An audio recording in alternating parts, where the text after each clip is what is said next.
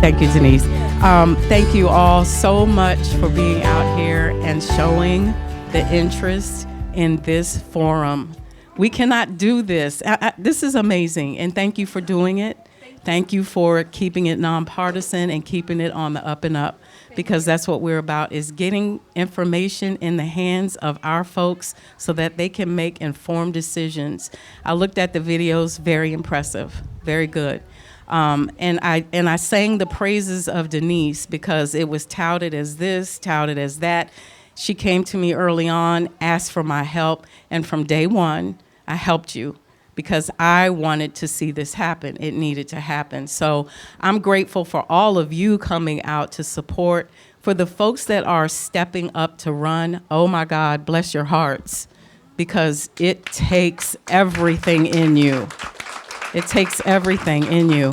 We all want a better Manassas. It's just we may not agree on the ways to get there. But that doesn't mean November 6th is coming. After the election, we all have to live here, and we have to live peacefully. And so I just want you all to know the council and the school board do work together. We have a good relationship. The council is responsible for funding the school board.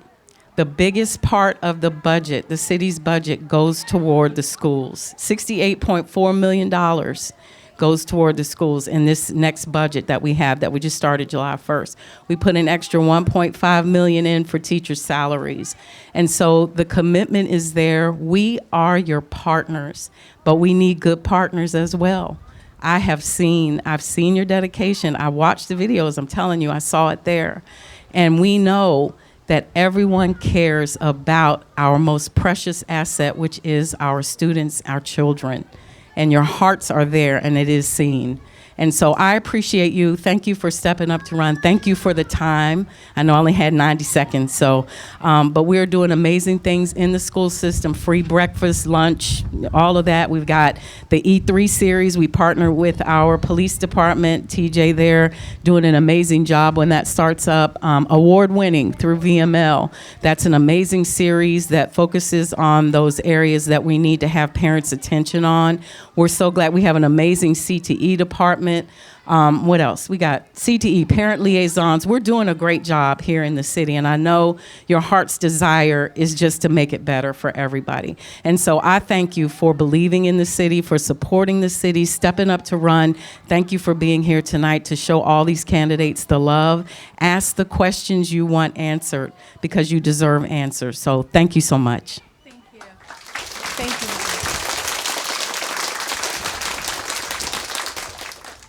I appreciate that. I think it's so important to just, I look around and I think this is just amazing. And I love it. It's not that, I think all I did was just create the environment for you to be here, but I didn't create your heart. I didn't create your mind. I didn't create your thoughts and your opinions. You're here because you want to be. And it matters, and I appreciate that. And I remember when I first became president, one of the first people to reach out to me, there's actually two who started to reach out and say, hey, how can I help? What can I do? The first person, I don't even know which one is first, so I'm just going to say them at the same time. One is Maricela. Maricela made sure that whatever I needed, she said, whatever your parents need, please let us know. We're here to help with the kids. And I appreciate that, Maricela. You have been amazing, extremely supportive. And no matter what time of day it was, Councilwoman, she always answers. She's so supportive, and I just appreciate her so much.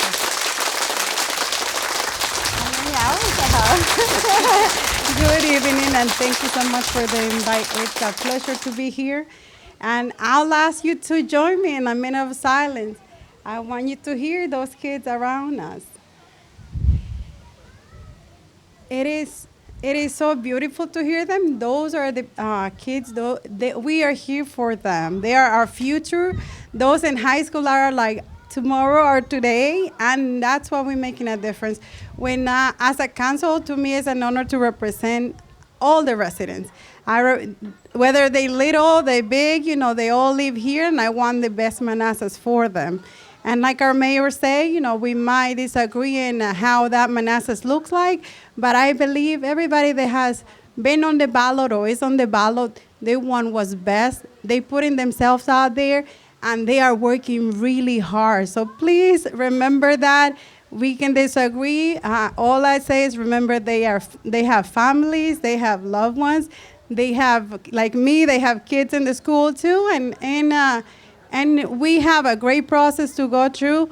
I hope that tonight and through all the next days you'll be able to learn who each person is, and I will be more than happy to work with those elected officials when that happens. Like the mayor said, our priority of the budget, it's the schools, and we'll continue to make that, and we'll continue to find ways to work together to make it better for your kids, to make it better for my kids, for our community. Not all the residents have kids in the school, but many of the kids are here in our schools, and we are working to make it better. So thank you for the opportunity. I'll be here. I'll continue to work with you. Y para los latinos que hablan español, gracias por estar aquí. Estoy tratando de hacer la diferencia por ustedes, de trabajar por ustedes. Mis hijos están en la escuela, sus hijos están en la escuela, y ellos escuchan lo que está pasando. Al final del día, como concejal, es un orgullo de ayudar y apoyar, y quien sea electo, voy a trabajar con ellos para hacer una diferencia para cada uno de los residentes, ya sean los que están en la escuela o los otros residentes. Así que feliz noche y gracias por la invitación. Thank you so much for the invite. Thank you. What she said.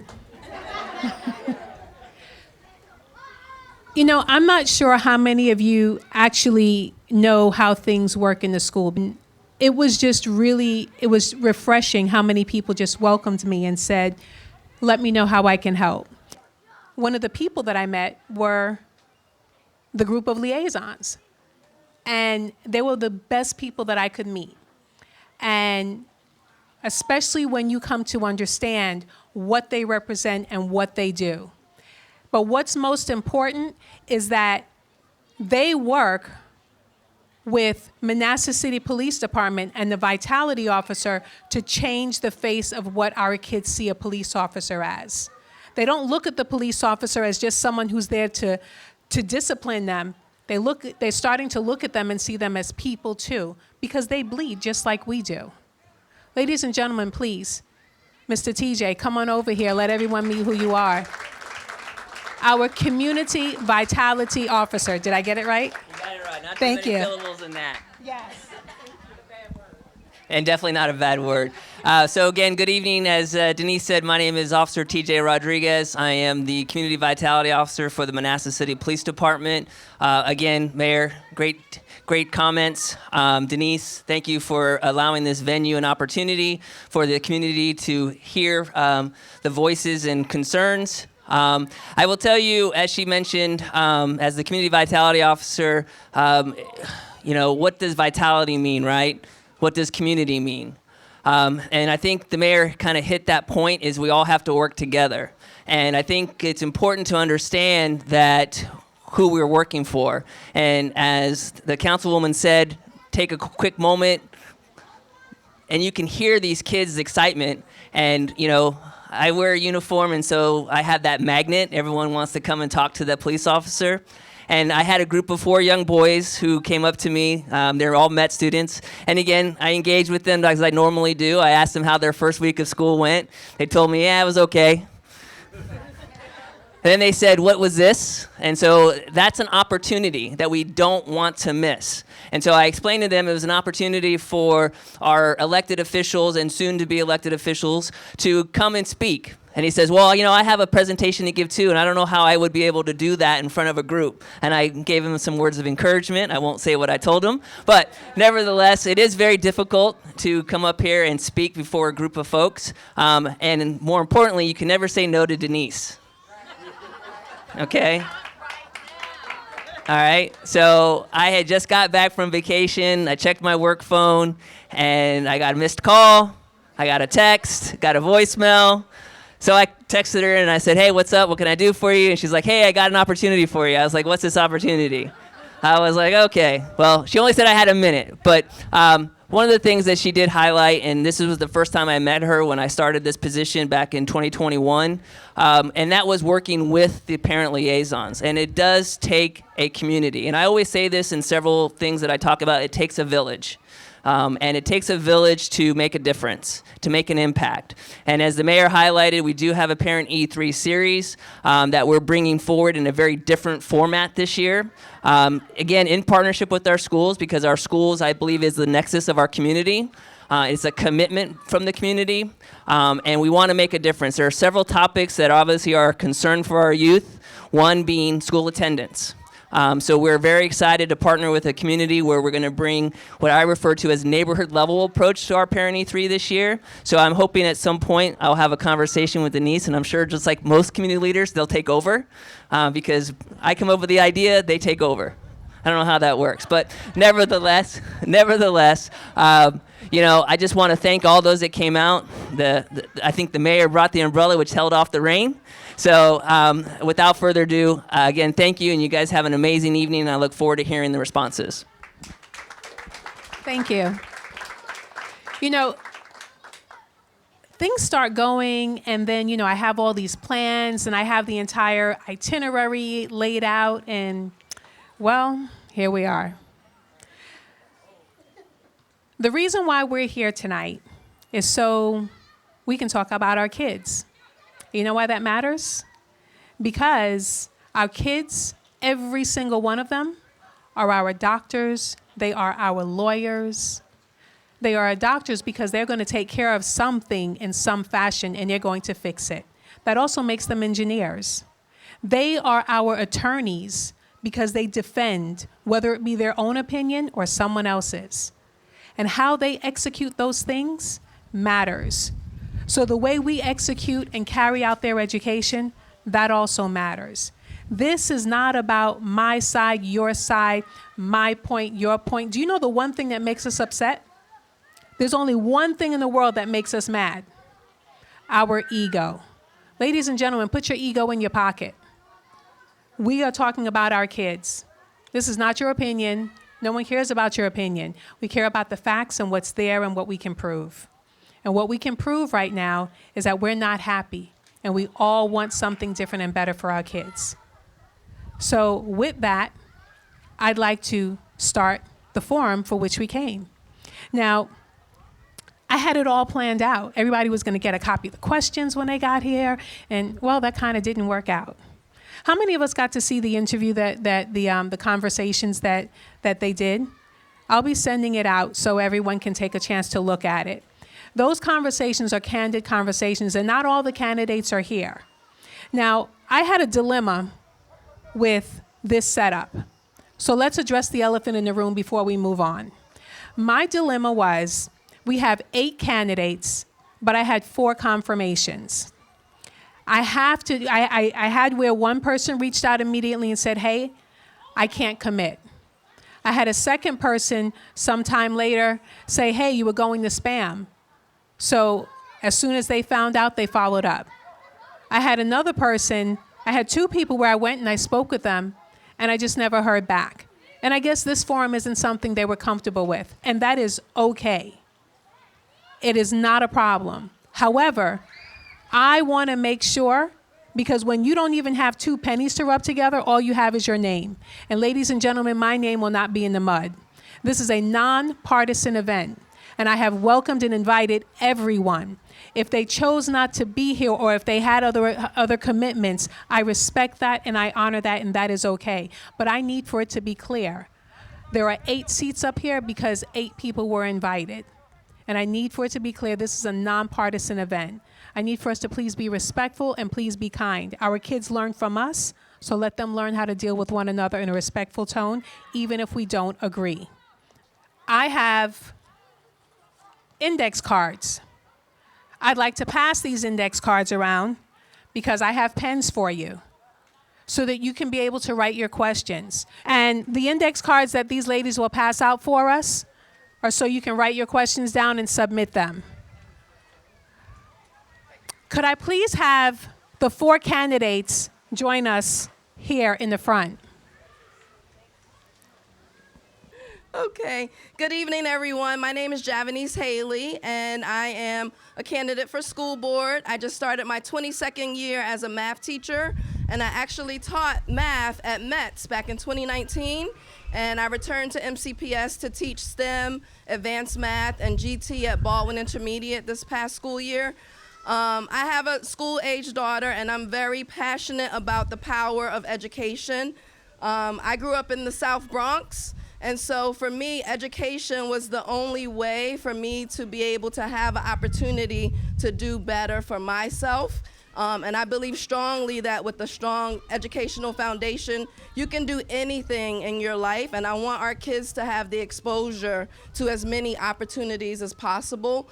And so I am passionate about making sure that we have schools where those opportunities are able to grow and develop for our kids. Thank you. Hi guys, thank you for inviting me here tonight, and thank you guys so much for coming. I'm Allie Forkel, and I'm a proud Osborne alumni, class of 2010. I have over 8 years of teaching experience, including 6 at Osborne, where I taught special ed behavior in Algebra 1 and Algebra 2. I'm a first-generation college student, and I have a bachelor's in psychology and a master's in special education with a certification in autism.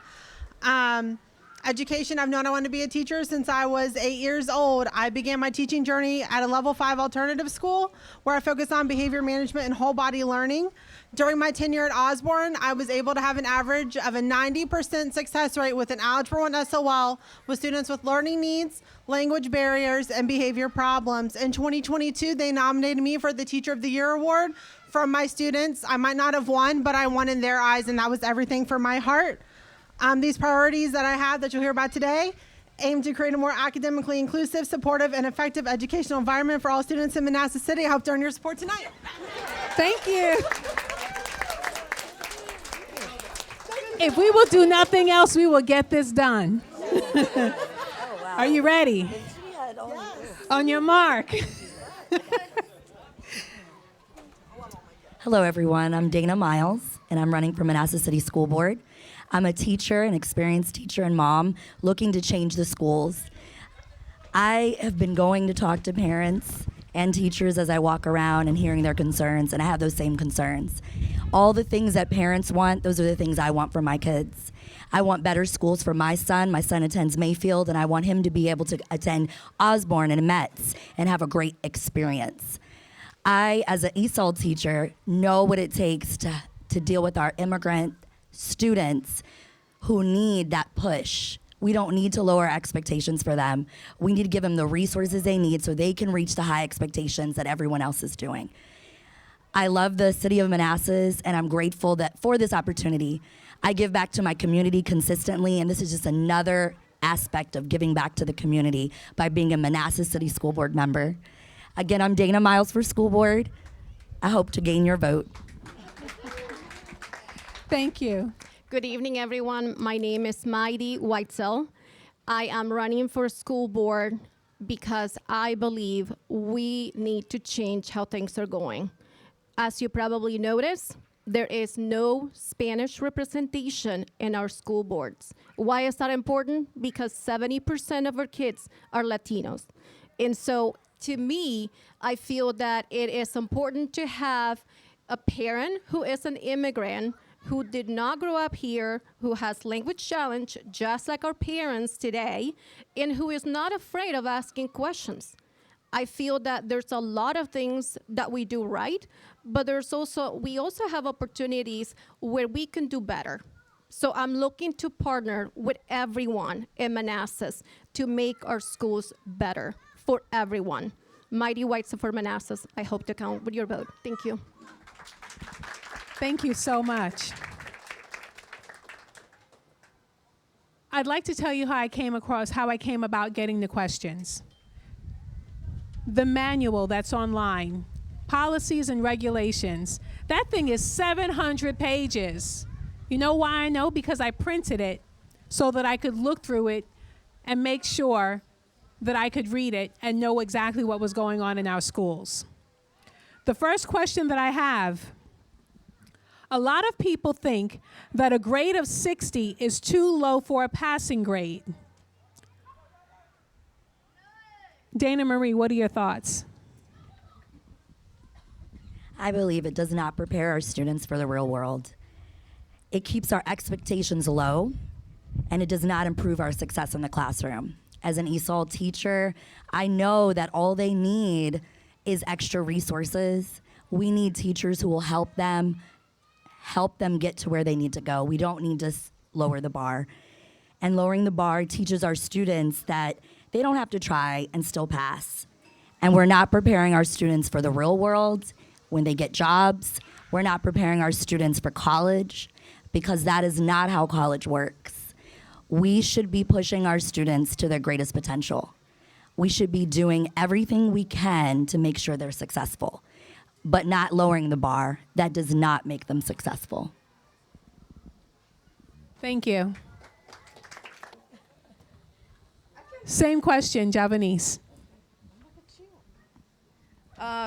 So a 60 is a D, and when I was in school, a D was passing. It's of course not good at all. But what's interesting is for our SOLs, which is the standardized test that our kids take at the end of the year, a passing score of a 400 represents about 50% to 60% of the questions answered correctly. And in 2022 to 2023, that school year at METS, our 7th graders had a 30% pass rate. So in my mind, I'm thinking that if our kids have not been able to demonstrate mastery on an exam that requires them to only answer between 50 to 60% of the questions correct, then there is something missing in this equation, because if a 60 is passing, you should be able to pass the SOL. Do I have to wrestle? Okay. No. I didn't go. So I think that 60, it's a grade should not define whether a student knows or not a subject. However, it's what we have in front of us in terms of measuring the student. I think that 60 might be okay for that student who had a hard time coming to school, who potentially didn't study well. As a parent, I can tell you, A's are only acceptable in my house. Is that possible for every kid? No. But I think that as parents and as school board, we should expect our students to do their best. So 60, I think it will be an acceptable rate, but not for me. So I think that our kids should be pushing for better grades, better learning. Oh, is that my time? Yes, Okay. fine. Okay, sorry. Thank you. Okay. So 60 has been a state guideline for passing since back to when I can remember. It was a passing grade when I was in school. However, my grade band was 0 to 100. It wasn't 10 grade bands from 50 to 100. So what happened was 60 is still a passing score due to the state. We can't change that. However, we lowered the bar for our kids to how they can pass for the school year. So a high school student could get a 70 the first quarter, a 50 the second quarter, which means they did zero work, but they got a 50, a 70 the third quarter, which means they did some work. See, you're proficient. Ish, and you could get a 50 the fourth quarter for not doing anything. 70 plus 50 plus 70 plus 50 divided by 4 equals a 60%. I have now passed a whole year of class doing half of a year's work. This attributes to our kids' learning, to their retention, to our math and reading scores being so low, to our SOL scores not passing. Fun fact, my first year teaching at Osborne, I got accused of cheating on the SOLs because my IEP students passed the SOL, and that's crazy. All of our kids should pass. Thank you. Thank you.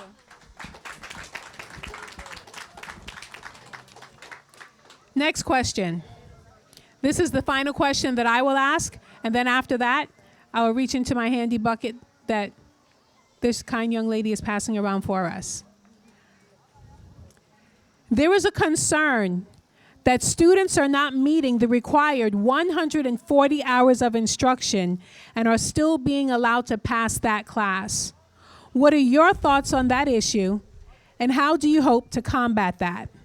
I'll say it again. There is a concern that students are not meeting the required 140 hours of instruction and are still being allowed to pass that class. What are your thoughts on that issue, and how do you hope to combat that? Allie. Yes, ma'am. So what I learned a few years ago during scheduling committees at Osborne and writing IEPs is our state actually dropped seat hour requirements years ago, and that's not something the local level can produce or change, right? I can't force a kid to be in their seats for so many hours to earn a diploma. That's gone. However, we could have more programs to help the kids be in attendance and to help, educate our parents as to why school is important. Not everybody had parents who taught them those values. We're a community. It takes a village. What I don't know, you know. What you don't know, I know. We need to work together. Something I came across the other day was if a student misses 2 days a month starting in kindergarten, over their tenure of their school year, they have now added up to miss 1 year of school. And that's crazy. That goes back to the 50 grade floor and our students not having higher expectations. It's okay that you only do part of the work. You were tired. I get that, but we need to help. Our bar should be here, and our job is to help the kids get there. It's not to set it here. Thank you. Thank you. That was actually really good.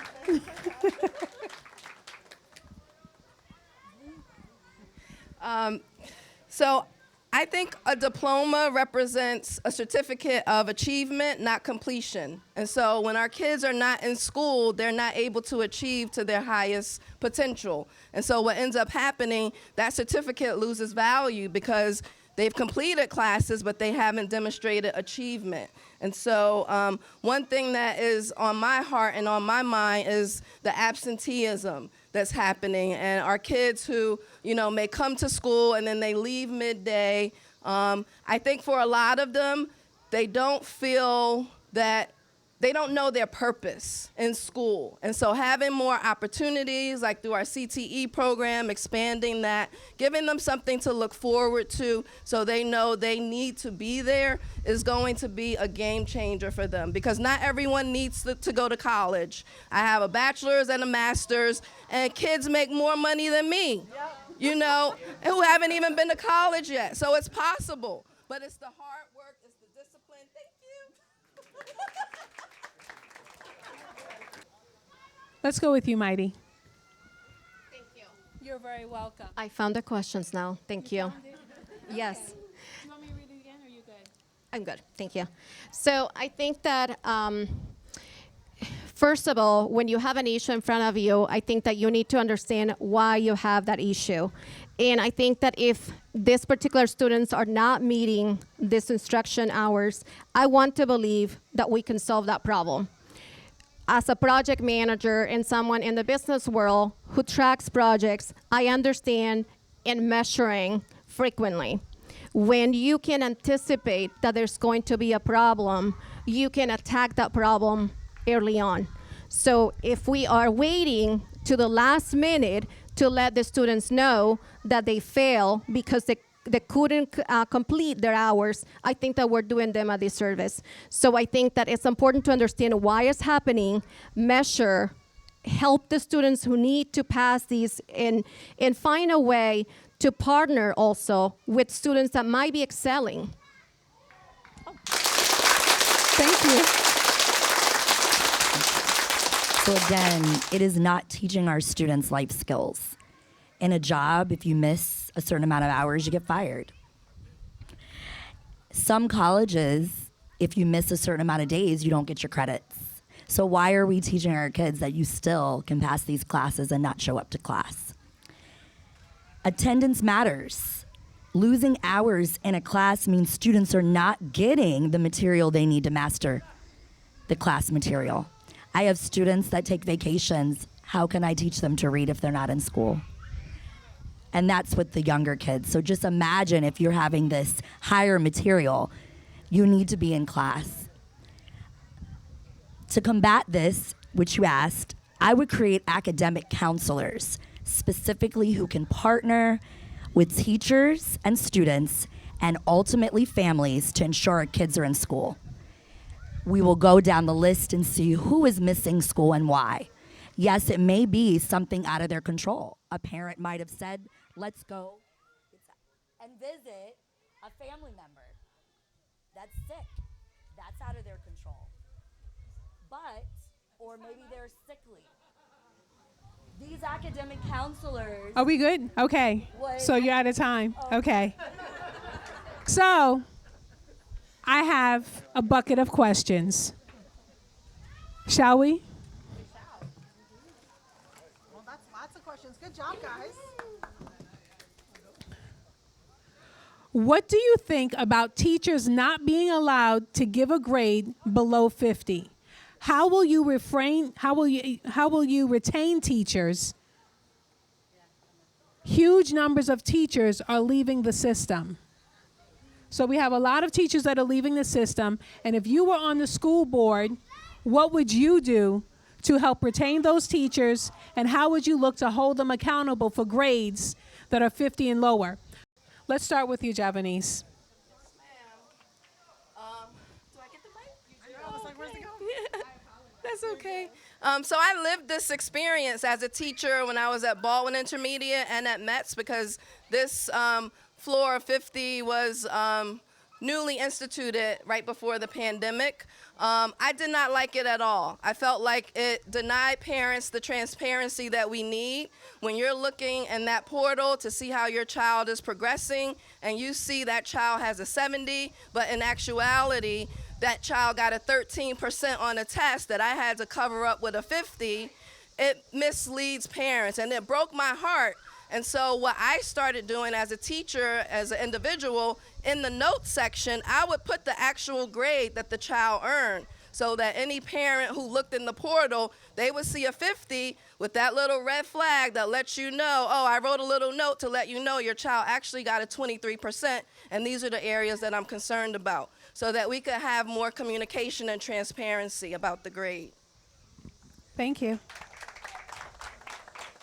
Same question.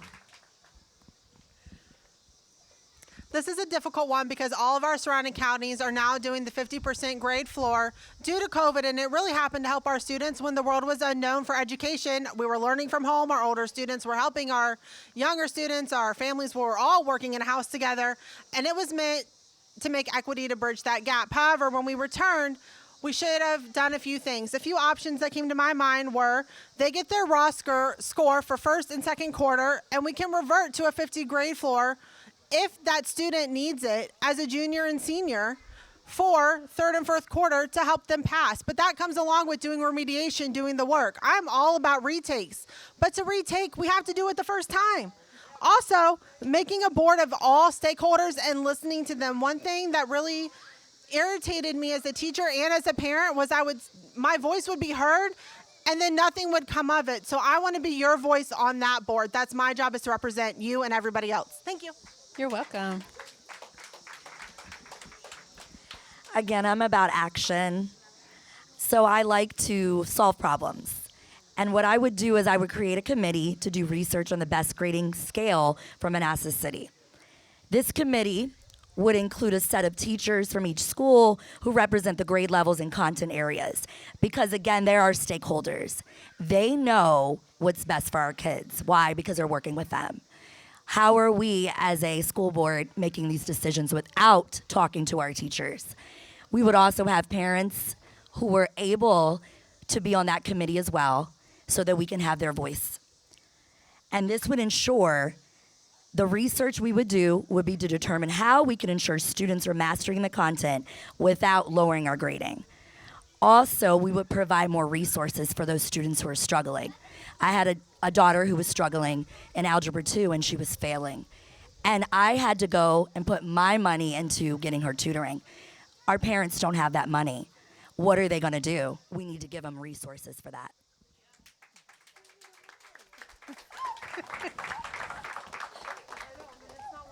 Mighty, same question, please. Thank you. I believe that by limiting how teachers can grade our students affects not only the teacher but also the students. I can tell you that having smart kids in our schools it's could be challenging for teachers because kids learn how to game the system. If the kids know that the lowest grade you can get is a 50, they stop doing homework because they know they don't need to do that homework. They know how to do an average. If they need an A, they know which homeworks they need to do to get that A. So I think it's a wrong message for their kids. As a teacher, I'm not one, but I cannot imagine how it feels to have somebody coming and telling you, no matter what, your kid has to get a 50. So no wonder teachers are leaving because they're frustrated with how we are as society expecting them to do an impossible job. Thank you. In the essence of time and productivity, would you mind if I just pass one individual question and not everyone answer the same question, but we have them answer different questions? Right? Because what you think matters. That's what this is for. This is not for me. So this is why I'm asking you. Okay. So just pick one. Well, Javanice, you pick one. Pick one. Pick one.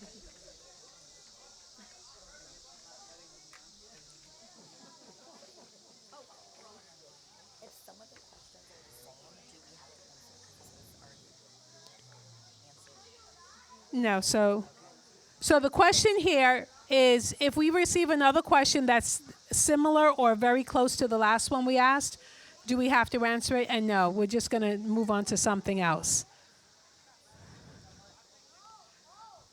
Javanice, let's start with you. Okay, my question is, how would you involve parents in the school's children's education besides the PTA and back to school nights? That's an awesome question, so thank you to whoever wrote that. One thing that I would do is encourage parents to come in and volunteer. When I was teaching STEM at Baldwin Intermediate this past school year, one thing that I really wanted to do, and I got permission from admin to do it, was collect a list of parents in the community who would be willing to come in and do a presentation in my classes about their careers and how that connected to what they were doing in STEM, which was all about, learning how to be good problem solvers and thinking about their future careers and what might interest them. So I thought having a collection of parent volunteers to come in would be awesome because they would hear it from you, not just the teacher saying, oh, this is important. You need to learn math because you're going to use it in this way or that way, or you need to learn science because you're going to learn it need it in these different ways. And so I would love to have parent volunteers back in our schools. Thank you. Can you please fold your question and then put it back in here for me? Yes. Thank you. I'm just going to give these ladies 10 seconds to prepare to answer because I want to point out very quickly that I think it's great that all of you are here. But most importantly, I want to just take a moment so you guys know who you're voting for, right? Because that's what this forum is for. This forum is because every time I went to the polls, I would see a name and I wouldn't know who it is. And even if I tried to do a quick search, all I would see is the flyer and what they would want me to know. Ladies and gentlemen, the purpose of this forum is so that you can be able to put a face to the name and know what you're looking for and know who you're voting for. My question doesn't count for my minute, right? No, the question does not count for the minute. Last year, our school board voted against having regular reports on attendance. Our school system currently has excessive absenteeism. How would you address this fundamental issue? Okay. So, Minute starts now. thank you. I would love for this to become transparent to our community. I believe that it takes a village of ideas and action to really make a difference, but I can't hear your ideas or we can't have action if we don't know about the problems. These numbers matter. Quarterly reports are not something new in education. If you have an IEP, your case manager reports to you your students' data every time you get a report card. That's 4 times a year. And with that will come notes. If we have students who are out of country or have excessive who are sick, we can get those notes from the nurse and attendance officers, and we can have those notes with our data, and that's okay. We're allowed to have information with our data. Having it quarterly would allow for us to look at this data and make changes as we go on throughout the year. It also allows for us to learn from each other. Osborne works, they go to students' houses to see what's wrong to get them here. Other schools could learn from that and vice versa. I think transparency is key. Thank you. Thank you. Are we ready? Do not fight me for the... It doesn't include the question. It does not. Do not fight me for the mic. Okay. So, implementar más la seguridad y controlar las drogas en las escuelas. So, I interpret this as implementing security and controlling drugs in the schools. Correct? Oh, I'm so glad that I could. There we go. So, the first thing, again, I'm a problem solver by nature. I would do more community outreaches to our high schools because, of course, that is where a lot of our drugs are. I'm sure I know they're in middle schools as well. Where our police officers, which I know we already have some great police officers who are partnering, but developing stronger relationships with law enforcement. And there are programs like Big Brother, Big Sister programs that have been successful in other districts. Also partnering with Boys and Girls Club. Having open gyms in our high school so kids know that the high school is a safe place. A lot of our kids, I know you see them, they're walking the streets all throughout the day. And they need to have somewhere to go. When their parents are working, they need to have a safe place. Offering drug prevention classes for parents, and having teachers do home visits in the beginning of the school year so they have those relationships set for students who are chronically absent. You may have known they were chronically absent last year. Let's develop those relationships with them to prevent drugs in our schools. My question is, how will you keep our middle and high school kids interested in attending and doing good in schools with all the gang activity and pressure on the kids? Sign a disabled veteran. Thank you so much for your service, whomever it was. I appreciate it. My response is having a daughter, and this might have helped me because I have a daughter in middle school and a son in high school. And so I can tell you that it's challenging to get them excited to go to school, but I know that when they have their favorite subject and I know that they're challenged, they go happy. You know those days where they feel like they want to attend school. So I think that the more encouraging and the more exciting the classes are, the more the kids will want to attend. In terms of how do we prevent them from going into gang and following into the pressure of kids, getting and attending gangs, I feel that when you have too much free time on your hands, unfortunately, you can make wrong choices. I believe in occupying our kids with plenty of activities. That's what I do. And I think that it's also very important that we... Oh. That's okay. That's okay. But here's the thing. I still need for Mighty to help us out. Can you please read this for me?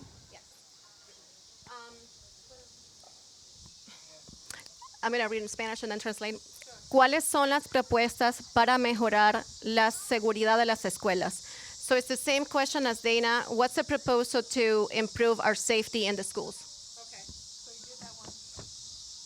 For the person who wrote that question, do you feel that it was answered? Do you feel that the question was answered? Safety. Okay. Safety proposal. Okay. ¿Cuál es la propuesta de cada candidato para mejorar el nivel académico de los estudiantes? So our proposal to improve our academic achievement for our students. And then the second is also the security. ¿Qué medidas de seguridad van a implementar en las escuelas? So it's also what our safety proposal is in the schools. Okay. Hello again. So I feel that safety could be a tricky question because as a parent, I can tell you when my kids went to elementary school, we had unfortunately an incident where there was somebody with a gun circling the school. And I don't know if I could ever feel safe again sending my kids to school. However, as a candidate, I can tell you that I would do whatever I can to partner with our police. I feel that when that happened, our school was very quick to go. They made us feel very safe. So I think that the more preparation you have to avoid horrible incidents like we have seen in other districts, I think the better we're gonna be. Also, mental health is a big issue. I feel that if we don't address that, we are gonna have a problem. So not only it's partnering with the schools, but also. Thank you. I appreciate that. Because, we did kind of double up on her, and I appreciate you answering that for me on the spot. January, you had your question. So, Javanice, I'm going to go back to you. My question is, although official numbers have not been released, staff attrition at METS appears to be more than 20% this past year. What specific ideas do you have to reduce this attrition? So Manassas City Public Schools has approximately 500 teachers, and over the last several years, we're seeing that we're consistently losing about 100 teachers a year. And these are teachers who are not leaving teaching completely. They're leaving to go to Fairfax County. They're leaving to go to Prince William County. And I think at METS in particular, middle school is a rough age for everyone. That's the one age I would not want to go back. If I had to go back in time, I would not pick middle school. But I've been a middle school math teacher for 22 years, and I know one thing that will help our teachers is feeling supported and feeling trusted. You are professionals. You have been hired to do your job to the best of your ability. And when you're in a school where you know your administration has your back, they're going to support you and allow you to thrive and do what you feel you need to do to reach all of your kids. You will stay 40 years in any school with that support. I have a long question. As a parent, I believe it's essential for families to be closely involved in their children's education. Can you please share your stance on how you would support and prioritize parents' rights and involvement in educational decisions if elected to the school board? Are you willing to commit to policies that empower parents in this role? Starting? Okay. So parent involvement in schools are key. You are your subject expert about your child and your household. And, for me, transparency and community involvement are huge. I would love for that auditorium to be stacked with your parents' voices at school board meetings and our inboxes to be full, because our job is to vote for what you want. It's not to vote for what I want. It's a majority vote. At Osborne especially, METS and Osborne aren't fully accredited due to absenteeism, and part of that is because kids don't like their schedules. Parents don't even know what electives their kids have, and part of that's your voice being heard. I want to bring back, when I went to Osborne my freshman year, I remember my mom helping me create my schedule, and I was so embarrassed because all the parents were there. But that's what it should be about. We're a community. Our parents should know what we're taking. Our kids should understand what classes they're taking. Musical theater sounds really cool, and then you get there and you're like, why am I doing a monologue? So educating our families on what our kids are taking and having them be involved is a priority. Thank you. Thank you. It's a long question, so bear with me. Don't start the clock yet. We understand that many in our district are at a disadvantage due to learning needs caused by disabilities and English as second language needs, yet we have talented and gifted students as well. They are not having their needs met since they not only meet the standard but exceed it. What are we doing to ensure they meet their potential? So that's the first question. I'll answer that, and then there's a second one. I definitely agree that our schools should work for everyone. That includes our gifted and talented students. I have a student like that. We need to make sure these students have challenging classes that are offered, opportunities to take a variety of classes that would lead to preparing them for college. Not watered down classes, but keeping our rigor. And that just means keeping that challenge strong. Projects, not just teaching to the test, making sure that they're actually learning and mastering the concepts. As an ESOL teacher, and actually, let me do the next question and then I'll answer it. How are we going to help the kids who are running behind or having learning difficulties? As an ESOL teacher, I work with students daily. I make sure they are successful. We have to give our students what they need to succeed. And sometimes that means, and I'm going to list these things, and this is coming from a teacher, okay? We need one-on-one instruction. We need to stop sitting behind the table and not getting up and making sure our kids are doing their work. After-school tutoring. We need to provide free after-school tutoring for disadvantaged families who can't afford it. It is $60 an hour. And I am a single mom, and it's expensive, guys, so I know firsthand. And we need to give students buddy mentors, those who can translate for them the directions so that they are prepared for those classes that they have to take. It is very hard when they get to the higher level courses and they don't know the language. I've taught high school ESOL as well. It's hard. And we need to provide free books for all our kids consistently. They need to be sending books home every day because our kids don't have books. Don't fight me for the mic. I'm sorry.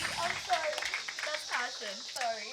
So the way this forum was supposed to go was where we would take 6 questions. So far, we've been able to knock out a lot of them.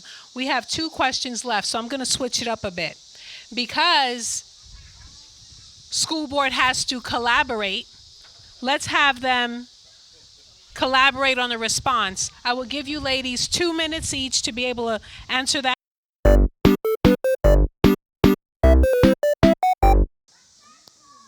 Ladies? Yes, because you got the question first. We like that. We just love collaborating. That's what it's all about. You want to start, then I go? 2 minutes. Okay. All right, so the question was, what are some strategies to improve and encourage parents and students to develop healthy habits, physical activity, and outdoor play? And so some ideas that we came up with would be having more events at night at our schools, like literacy nights, having math nights, talent shows where the community can come in, whether it's, parents, teachers, kids, getting an opportunity to share things that they're passionate about. Our PEP program, which stands for Parents as Educational Partners, expanding that. And not just relying on our parents to come into our buildings, but we actually go out into the communities in courtyards like this and set up different events for our parents to come out and our kids to enjoy. We also discussed collaborating. We have lots of apps in the city for our families to use. We could do a monthly exercise challenge for the families, and then we draw 5 winners a month for gift cards donated by local businesses. That would be a cool way to get our families involved. Also at the higher levels, I know, at least from my perspective as a parent at Round, as they do get PE 2-3 times a week, and they've expanded that. But for Metz and Osborne, our students love our physical education classes, soccer, aerobics. We got a new gym with new weights at Osborne for weightlifting, but we don't have enough slots for our scheduling. Working better to schedule those. Our students in high school have an opportunity to take 32 classes, but they only need 24 to graduate. We could start them in soccer class as a freshman instead of them waiting until a junior. Get them in, get them motivated. You talked about that already. We were so used to a minute that we overachieved. I'm sorry. I love it. Thank you. Is it 2 minutes? It is 2 minutes. Oh, man. Yes.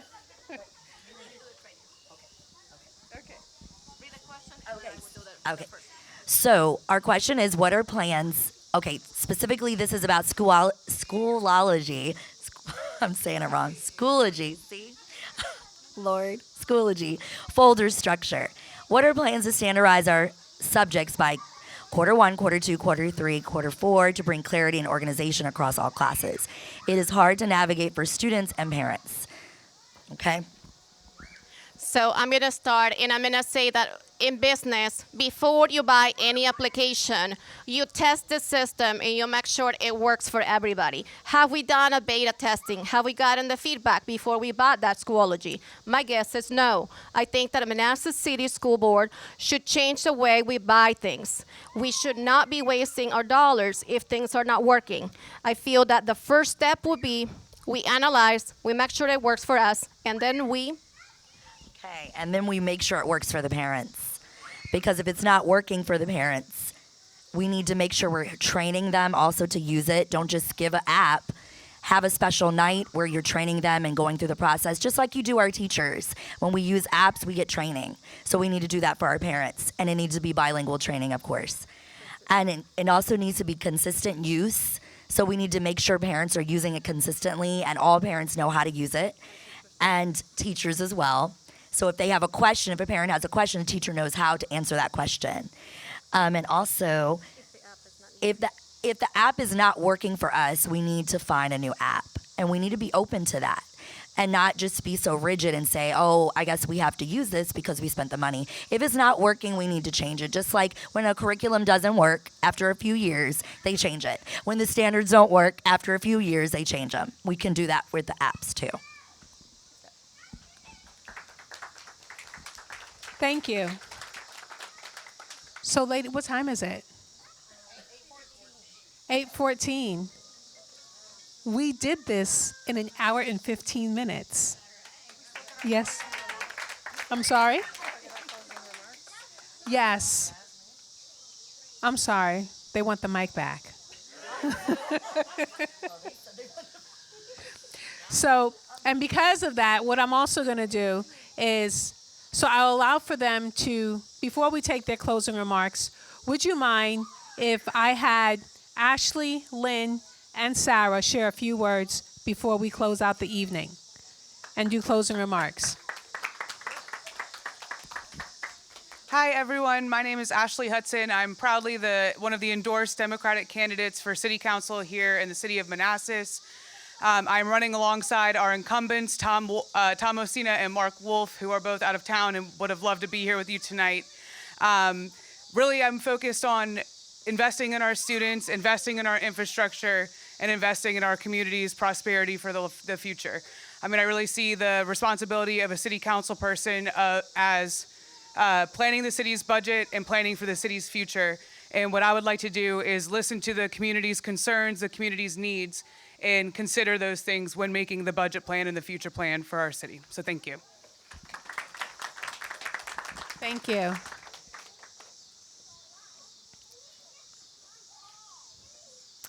Ladies and gentlemen, I'll let her introduce herself. Hi, everyone. I'm Lynn Forkout Green. I'm running for City Council. And some of you know me, some of you don't, so I look forward to getting to know you at a different time. I'm going to let the school board candidates shine tonight, but I do appreciate Denise letting us all speak for a brief moment. So before she takes the microphone away from me, I just want to let you know that this is my hometown, and I love it here. And part of the reason why I'm running for City Council is to keep our quality of education high, to keep our communities safe, and to keep our growth smart, and to finally address the parking issues citywide. And I hope that you'll come along this journey with me. You'll share your thoughts and feedback with me so I can better represent you when I'm elected to Manassas City Council. Thank you.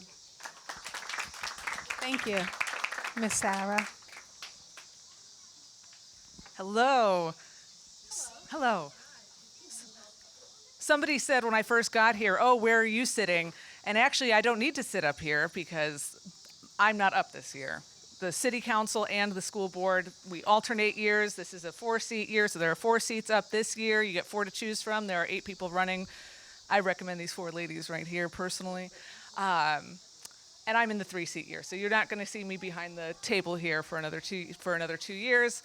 I want to say, and it's already been said, local office is for normal people. This is not a kind of office that polished politicians, that ambitious people who want to go to Washington, D.C. or the White House tend to do. People who run for local office want to make a difference right here at home, right here in their community, and I am so proud. Just a few months ago, these folks were just normal teachers and normal moms doing normal things with normal hobbies, and now here they are with the bright lights and the microphone and the cameras and all of these wonderful things. So anybody who is stepping out to run for office, what an amazing thing to do. And I am so proud. I remember going to vote for school board in 2020.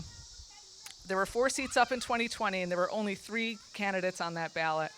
And I remember as a mom of, in 2020, it would have been a 2-year-old, and I was probably pregnant at the time, being a little upset about that, because I want people to be interested and invested in these Manassas City schools, because these are the only schools we've got. I agree with that. Yes. Thank you. Can I ask you a quick question? Sure, go ahead. Come on up.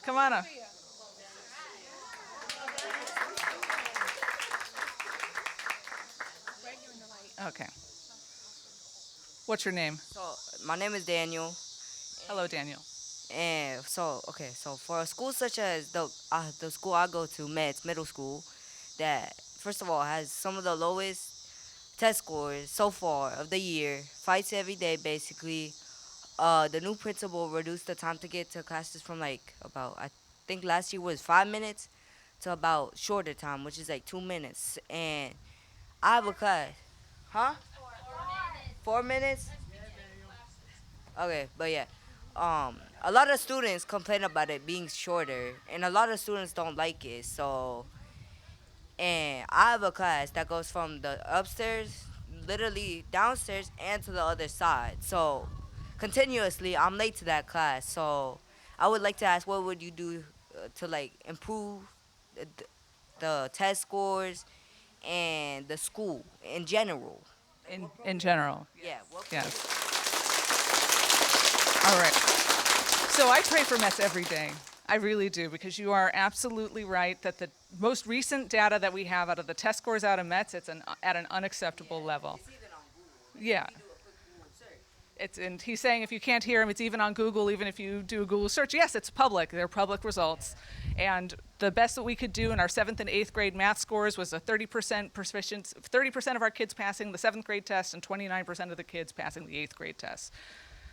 And that's a test that is administered statewide.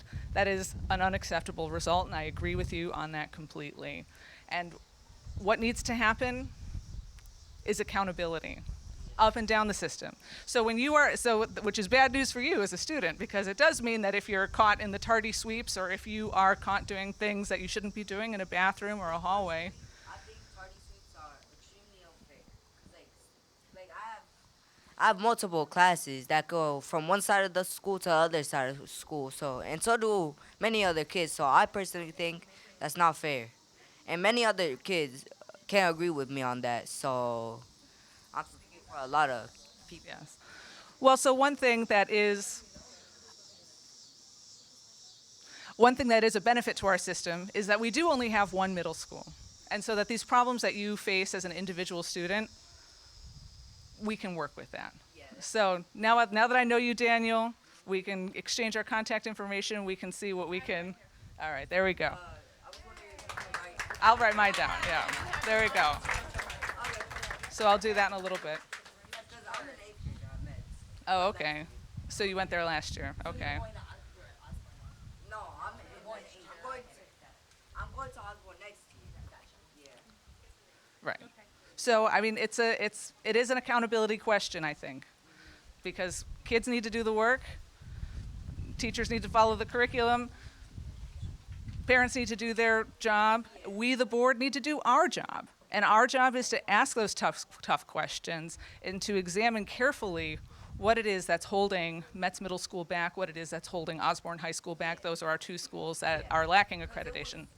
The newest scores, the recent scores have gotten lower and lower than previous years.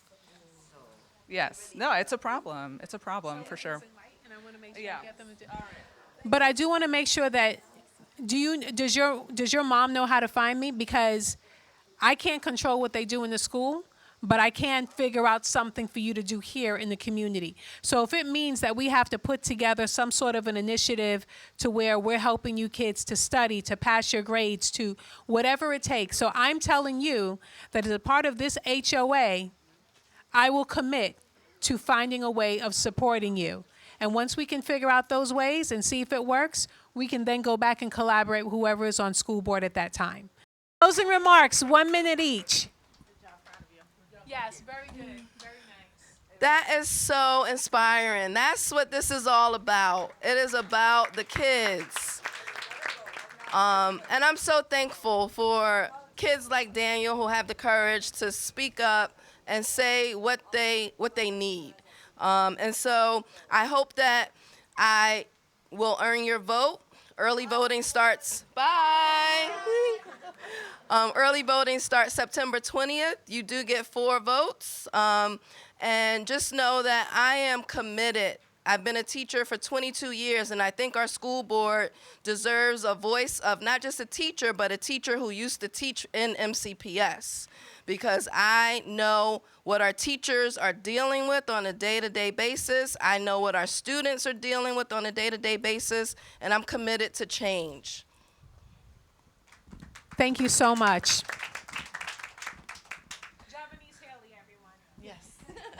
Thank you. It was a pleasure being here tonight. I've dedicated my career to improving education for our students, parents, and teachers. I will also creatively use our city's unique resources to benefit our students, teachers, and families. I will ensure that they have the resources they need to succeed. Just like Daniel's advocating, that's what we want. We want our students and families to advocate for what they need. As you've seen from tonight, I will prioritize higher academic and behavioral expectations, collaborative learning, improved teacher retention, and stronger post-graduation success. As an alumni, former teacher, and current MCPS parent, I bring a unique perspective to foster positive change in our school system. Once an Eagle, always an Eagle, class of 2010, you get my shout out. I look forward to earning your support, and I hope to earn your vote. Use your final vote for Forcal, Allie Forcal for school board. Thank you. Thank you. I'm Dana Miles, and I'm excited just to be here and to see that from that student. He cares about his school, and we care about the school too. I'm a parent, and what you as a parent need and want, those are the things I want. I believe that school should work for everyone. It should work for the students, like our student that just had his voice, and it should work for teachers and parents. The concerns you have, I'm going to listen to them. I'm going to make sure that you're heard. The teachers who are complaining and have concerns as well, we're going to hear you. I want to make sure you know, too, that I have your best interests in mind. Our students matter, and you need to know that no matter where you come from, no matter what language you speak, your child matters. And if I'm elected for school board, I will make sure to have that be the big thing, and that is that your student matters. Dana Miles. She almost had it. Thank you so much, everyone, for coming tonight. I know it's a lot coming in, and I appreciate it. I just wanted to say that I am very committed in representing everyone. I also wanted to share a little bit more about my business background. Professionally, I audit and optimize Fortune 500 companies in the U.S., and I feel that it is time that we have someone prepared who can put more efficiency on, and also who can have a lot more data behind the decisions that are made. I also wanted to tell you that I'm someone who is not afraid of challenges. When I learn of all the issues, and you know that I have kids in the school, I know I'm walking into a very challenging position. I'm not afraid. I'm a fighter, and so I'm here to represent everybody. Mighty White Soul for School Board. Thank you. Thank you so much. And ladies, with that, I thank you for being here. I welcome you to our community today and every day, and we appreciate your presence. Thank you, and have a good night, and get home safely. You're welcome.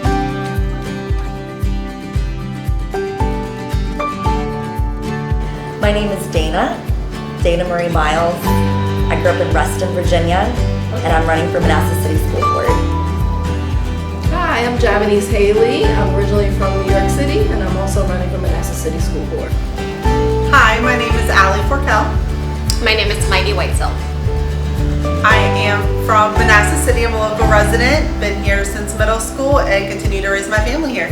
I was an Army brat at the beginning of my life, and then I came home and we stayed with my grandma in Prince William County, and then we transitioned to Manassas City when she retired to Tennessee. I'm from Bolivia. Came here when I was 24 years old. My family was already here, and so I ended up staying and basically looking for a better life. So I have been a Manassas resident for the last 12 years.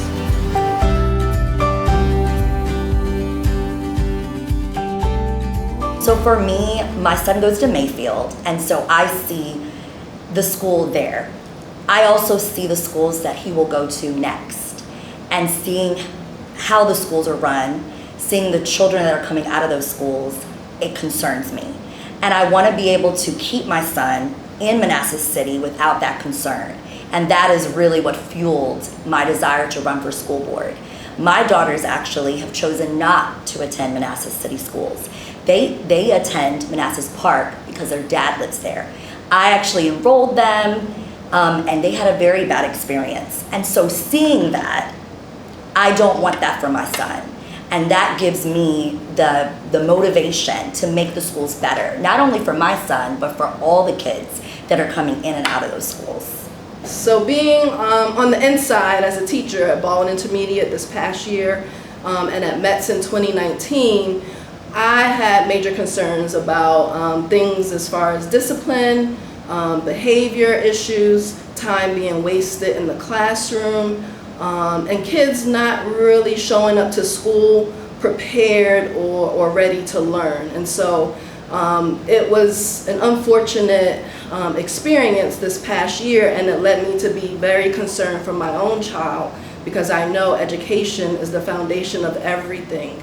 And it's very important for her to be in an environment where she can thrive and be pushed, because she is the type of kid who is curious and she wants to learn, but if she's in an environment that where that doesn't seem like it's the priority, she will choose to fit in versus be her natural self, which is inquisitive and care about achieving. So the things that I observed when it came to behaviors and the lack of stability and consistency in the classrooms made me really passionate about wanting to run, because I recognize that the chain of command, you know, when you're a teacher, if you have a problem, you go to the assistant principal or the principal, and then, you know, superintendent if necessary, and then it's the school board. So, you know, I try to make connections and build relationships at every step of the way and voice my concerns. And there was just a certain point where I felt like I needed to do more because I wasn't getting the responses that I thought were going to move us forward fast enough.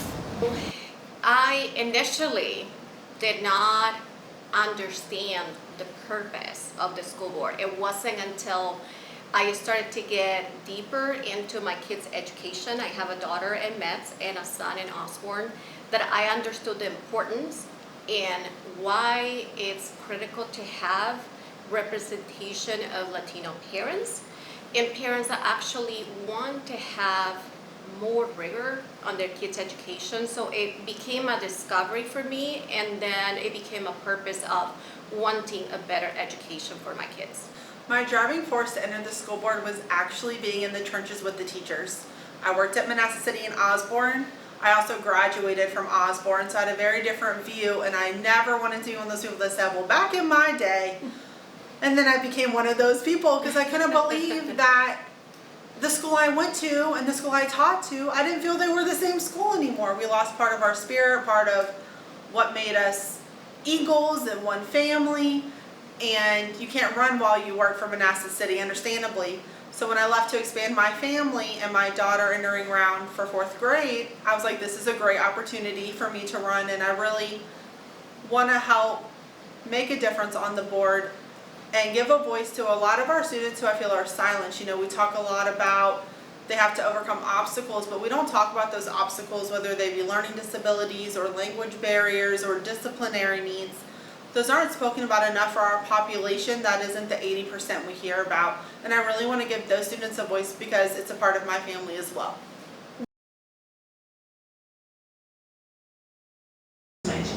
Definitely what I can bring to the school board that is not possibly being brought is the teacher experience. I'm a teacher. I've been a teacher for over 10 years, and I'm also a mom. And so I see both sides. Clearly, you know, I know we have great teachers at these schools, but there's been a breakdown in the system because we have the demographic in Manassas City and the demographic in our local areas are the same. So what are we doing wrong that is causing the certain things to happen that we're having? And for me, as a teacher, I want to start with the teachers because I know they see, as Javanese has seen, the breakdown. What are the issues and the concerns that they have? And I want to speak to the teachers and I want to listen to the teachers and not ignore them because I believe they're in the front lines. So that is definitely one major thing that I want to start with. The other thing is we need to talk to parents. because these are the children, the parents are in charge of these children that we serve. So we need to make sure the parents are being heard as well. And so as a parent, as a teacher, those are the things that I would start with. Because I think what I'm seeing in the school board, with the school board meetings that I've been privy to go to, is that we're not listening to those stakeholders, which are our parents and our teachers. I learned about the grading system changes this year. As a parent, I was not aware that our kids had all this flexibility, and I was very disappointed when I heard that. I pride myself on being somebody who's very engaged, and I went through these PEP classes that the schools provide to learn how the system works, because I did grow up here. And so when I heard that we were offering all these opportunities for kids to assume that when they graduate, that they are going to have extra time to turn in their work, or there are not going to be consequences when they don't do the work. To me, I felt like we're failing our kids. And so I come from a family where we worked a lot. We didn't have vacation in the summer. My parents always put us to do something. They believed that if we kept you doing some sort of activity, whatever it was, you didn't get in trouble. So learning that this is what is being imparted to my kids makes me very disappointed, because it's almost like I have one way of raising my kids at home, and then they get to school and then the message is different. And so I was very disappointed, and having Spanish kids and hearing that that's why our policy was adopted to help them makes me question who really, from the parent side, is advocating these. Because truly, being Spanish and not wanting these makes me question, is it really the parents or the students who is really asking for this kind of flexibility? And again, I'm not talking about kids that have some sort of learning accommodation. I'm just talking about kids like mine that are going to school, and I'm expecting to excel. So yes, I was extremely disappointed, and I was expecting the board to be a lot more thoughtful when it comes down to how we're raising these kids and what do we want to accomplish at the end of the day, because they're going to learn, right? My lived experience growing up in the South Bronx taught me a lot as far as expectations. And when the expectations are high, you rise to the occasion.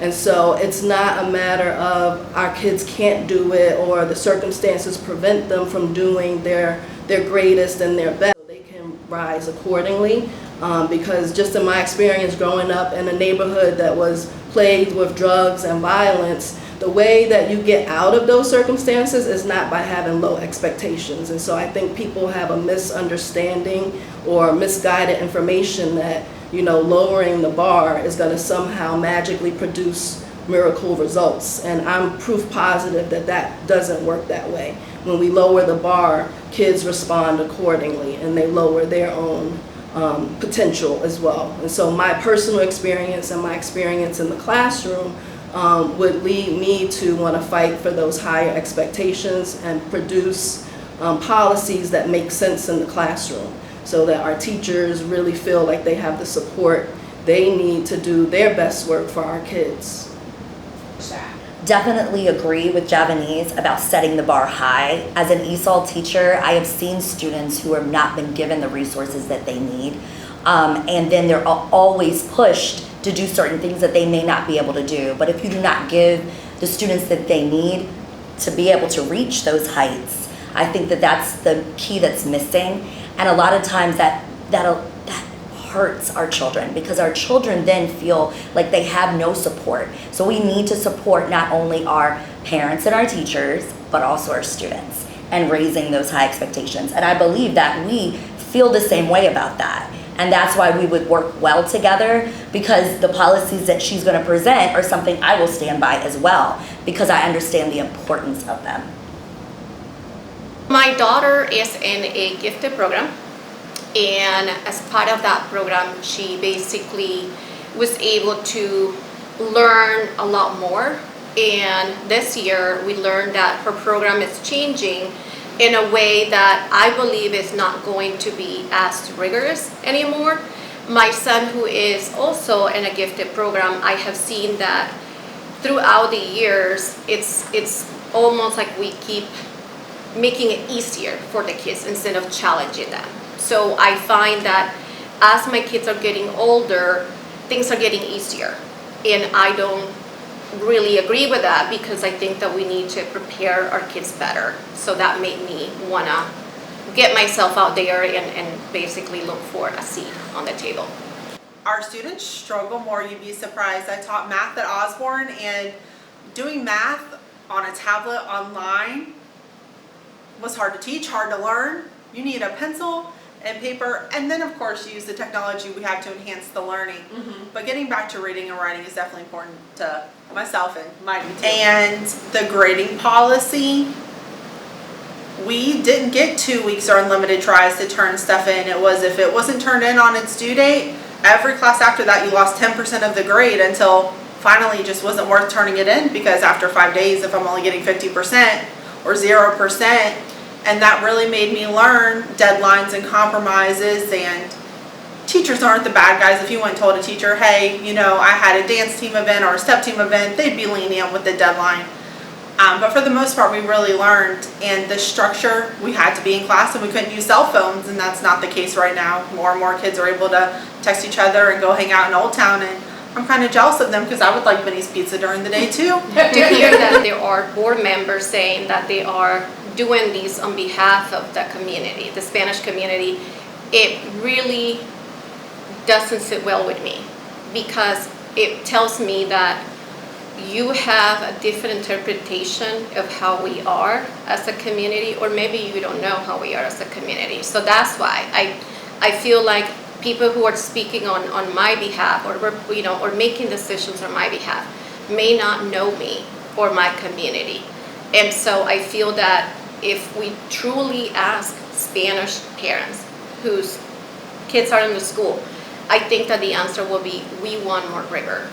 We want more challenges for our kids, because these kids have to fight when they get out, right, in college, and they're going to be getting into a lot of competition with other students, you know, from other schools. So I think that it's not going to be a fair fight if they're not prepared. I feel like what I'm hearing from you is that standards have been lowered because they are Hispanic and Latin children, and not because they're just lowering standards so that all children can excel. I feel like what I'm hearing from you is that the curriculum has, the expectations have been lowered because of our background. Exactly. So that's what I feel, that the expectations have been adapted because we have a 70% Latino community, and therefore we have to somehow help them. But I don't think that this is a help.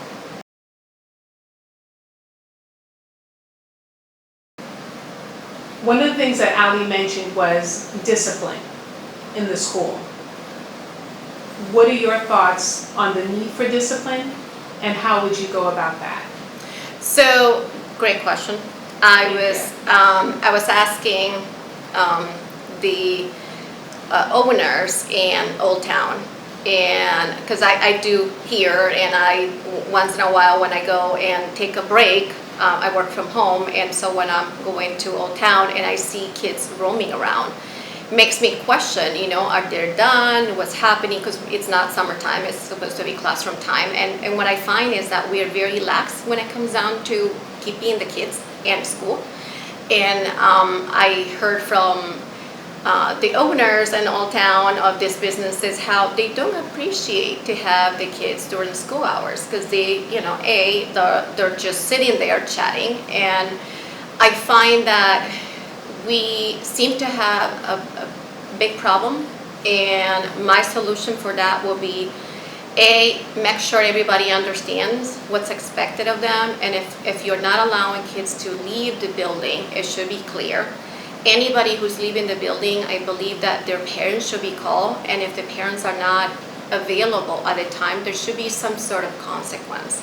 So I find that sometimes when you see a student who's repeating the same offense, it might be because they learned that the first time that they did it, there wasn't any consequence. So I don't know if this is a pattern from other years.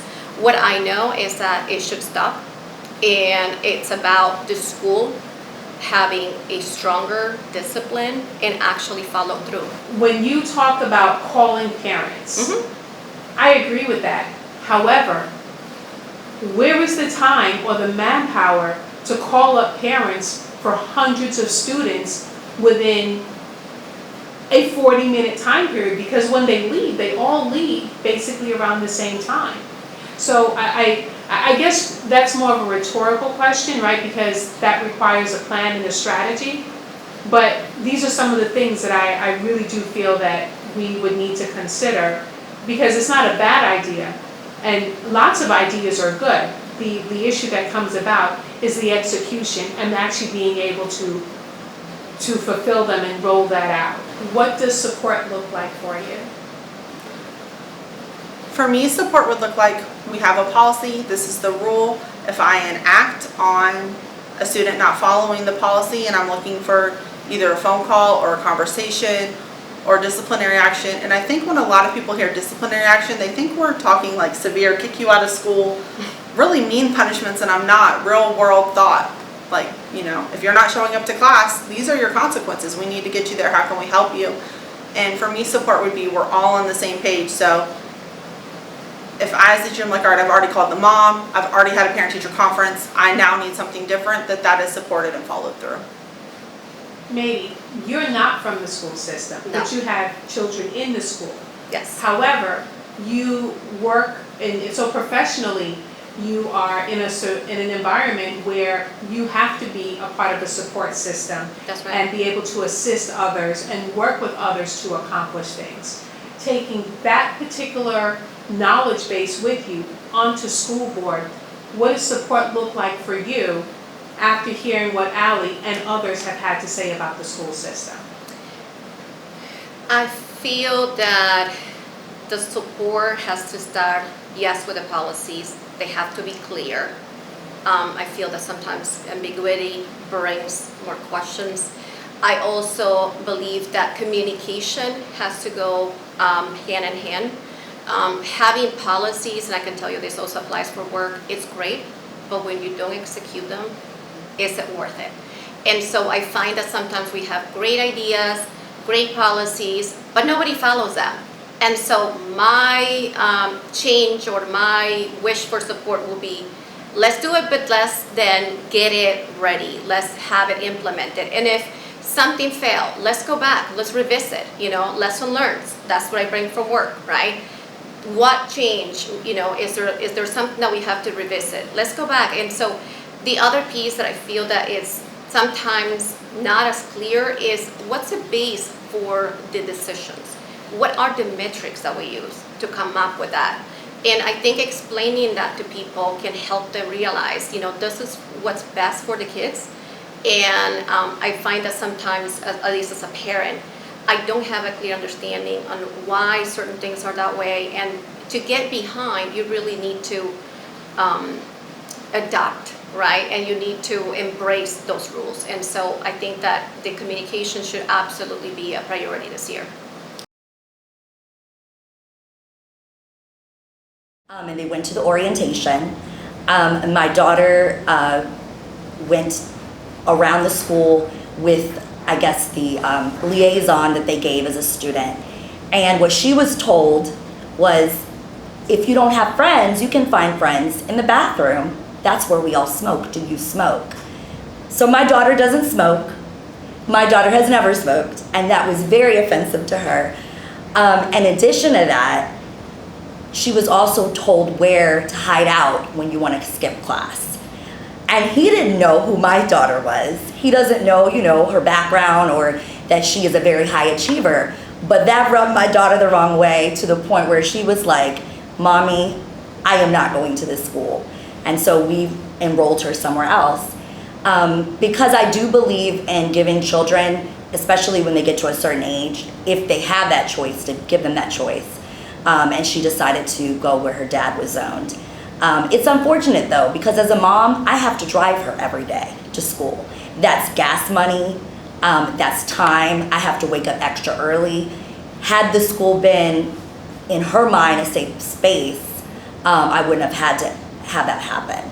So that's another motivation for me. A lot of times I hear the board say, well, our students struggle with executive functioning and our students have needs and we're a minority school and they have struggles at home. And that's great. You're going to struggle everywhere you go. You know, I think a lot of people don't know about me personally is my dad is Hispanic and I'm actually a mixed household and I have biracial children who, one of my children, you know, they have an IEP for executive functioning. We struggle with ADHD in our household. So these things that we talk about, I don't agree with using them as crutches. You know, you want the parents involved. I'm an involved parent and I don't allow my daughter to use that as a crutch. Instead, it's, hey, we have this, how we're going to work to teach you as you grow up, because that's never going to go away, unfortunately, for them. And what I've seen over my tenure at the schools is that our policies get more lax. So now it's by teacher discretion, by administrative discretion. And it can't be that way. A policy is meant to be a set of guidelines. These are the rules. There's an exception to every rule. We understand that. By following the rules and being like, okay, first time you leave school, we're calling your parents. Second time you leave school, now you have after school detention. Third time you leave school, now you're suspended. Stuff like that. And it is consistent for every student and every family at every school level, because a lot of our families, you know, altogether I have 5 kids. That's, you have 2 different schools, I have 3 different schools. It's a lot of rules to remember. So if we really want to help our families be involved, they need, this is the policy, this is what the rules are at school, so we can all follow them at home. Our parents want to be involved and our kids want to learn and they want that, and making clear policies on those target behaviors would help at MCPS. Virginia law is the one who's creating these educational laws. And your hands are pretty much tied to what those standards are. What can families expect for you to do on their behalf to go to legislation and say, hey, these are the changes that we need to make? I guess in short, are you ready and prepared to do that? Yes or no? Are we ready and prepared to help change legislation? Yes. We are for every parent, every student, every family, and that's what makes us a great team. And we are willing to have those hard conversations, not only with each other, but with other people, and learning, okay, what can our local school board do? How can we help you here while we're fighting this? Because we want to be your voice. And we're more than willing to write letters, make phone calls, do what we need to do to help make those changes for our students here. Right. And I also feel that, yes, you can have the state telling you what you have to do. However, it's up to the local board to implement and make modifications. So I feel that while you have these, I will call a group of individuals who are dictating all these changes, you still have a local government, a school board that can make changes to adapt to what we need. And so to me, I feel that just because something got implemented by another school, we have to copy. So I think that sometimes we miss an opportunity to really think about, do we really want to implement it that same way and copycat, or do we think that we need, we can make changes to adapt to what our population is or what our need is. So, we've talked about this with ourselves too, is that Prince William often does things and we're like, oh, well, Prince William did it, oh, Fairfax did it, but we're not Prince William or Fairfax, we're Manassas City, and that's great, they did it, let's look at that, let's learn from it, and how can we make it better for our students with our unique situation here. Yep, exactly.